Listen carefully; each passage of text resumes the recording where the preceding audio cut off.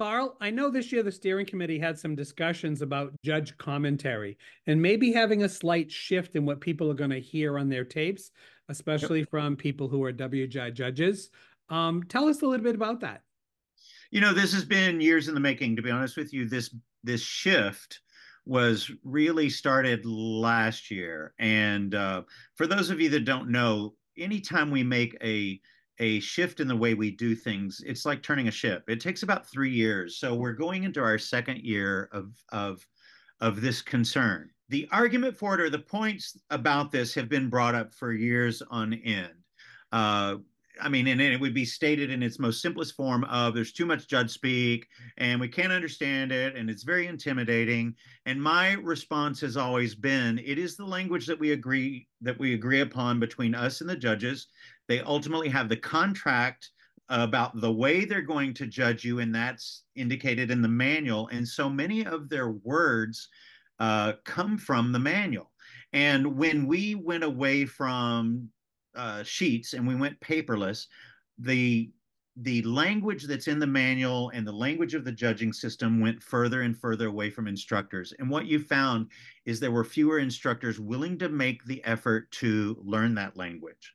And so I feel that, in my perspective, being the instructor advocate, that is a failure on the instructor's part. That being said, judge commentary through our training was always geared towards scoring accountability. A judge on a local level can talk about your progression from week to week to week, but our regional judges in the WGI family or roster of judges have always been asked to give scoring accountable commentary, scoring relative commentary. So it's never I like, and the analysis captions are always sometimes a little cold and dry. And the effect people still have an analytical aspect to what it is they do, because all judges go through impression analysis and comparison. So there is that analytical part, even if they're projecting themselves in as audience proxies, which affect judges do, where the delivery can be cold and calculated. And instructors a lot of times need that ego feed and don't get that from that approach with commentary.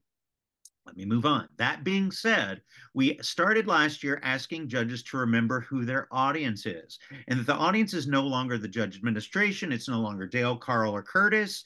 It's no longer their caption managers, but the audience.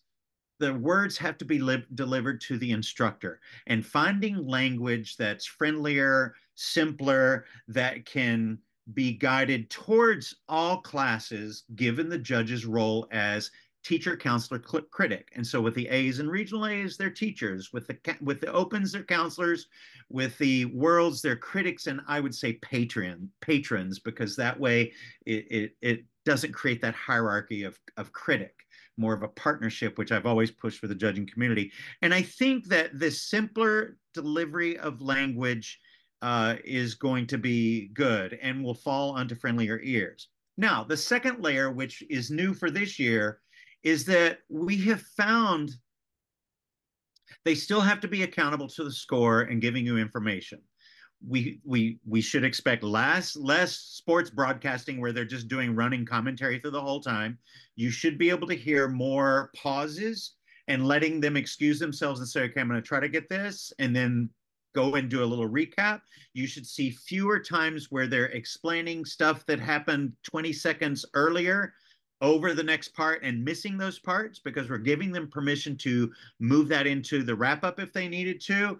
And then the other thing that we asked them, because they asked us, the steering committee, well, we give you a candid reflection, and I had asked them to also talk about vulnerabilities, not just strengths. This goes back to my earlier point about instructors that just want to be congratulated. But if you're really competitive, you've got to hear those real reflections of the performance, and that those aren't always positive, especially in the early season. And then when you're looking for the comparisons between you and your competitors at that show and then your competitors across the country, you need better, stronger information. And so many times, especially late in the season, a judge can't offer that. The key is they're not going to necessarily offer that to you in the commentary of the show itself. They can hint to it in their wrap up. They can talk to you about what they feel like is your strength and your vulnerability, but those comparative conversations are not going to appear in your commentary of the performance. Where it will is that becomes the precursor or the setup to the conversation in critique. The face-to-face time with the judge is where the instructor can mine the most critical information. And again, I told you in the earlier video, your first priority, clarify anything you don't understand. Your second priority, establish your goal, let them know what it is, and then talk to that. And now I'm going to carry you into assuming your goal is a competitive goal, which is most of you that show up to our regionals. Then you have to be ready to listen to the answer of A, what can I do to get in the next competitive neighborhood? The competitors that I feel like I deserve to be around are not the competitors you put me around, and I need you to explain what that is, why that is, and then be ready to hear it. And if you feel like you disagree or there's a miscommunication or you can convince them otherwise, then it is your job then to do that. And then ask them, especially in those situations where they're going to see you the next day, give them that assignment. So I think commentary, you have to understand, is going to be the immediate reflection. It is only a reflection in time, in that moment, that then can lead to the conversation in critique. And then ultimately, you have to collect these weekly mirrored reflections of your progress over the entire regional season to kind of track where you really are. They're only able to give you a point in time. There's no promise rings. You're the one in charge of your own progress, but they can reflect what they feel like is your next big step. And no matter what your goals are, your next step is always what you want every time you go out each weekend.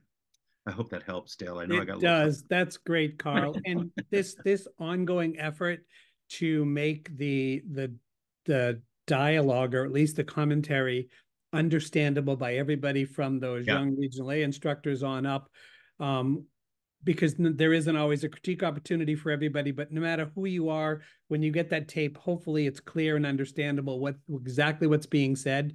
yeah, And then also that may help you just develop your critique yeah. Skills. conversation. And that's really It, what it it will is. take us 3 years, Dale, and I think we'll be better this year than last year. We actually started off really well last year. It Yeah, we just did. didn't into the season. And then the next thing I would just remind each other, and I think I hinted at it, is the instructors, the color guard instructors on the steering committee, all wanted that honest feedback. And the judges point blanked them and asked them, "Will you get your feelings hurt?" And they all admitted that maybe at first, but they still wanted it. And I think that's what's important for instructors to hear. Yeah, and it's funny because one of the instructors said, "Yeah, you're going to tell me my baby's ugly." Yes, that may be what's happening. And so maybe you have to kind of get yourself past that threshold of taking things so personally. And we know that creatives are extra vulnerable in these situations, but know that the best tool is that honest, accurate, candid feedback, not necessarily the congratulations that's going to let you feel like you've already reached your goal. The closer you get to your goal, the easier it is to fall short. And I think this new approach is going to make sure that you follow through and not fall short. Great information. Thanks again, Karl. Thanks, everybody. Hope you're having a great season. Take care.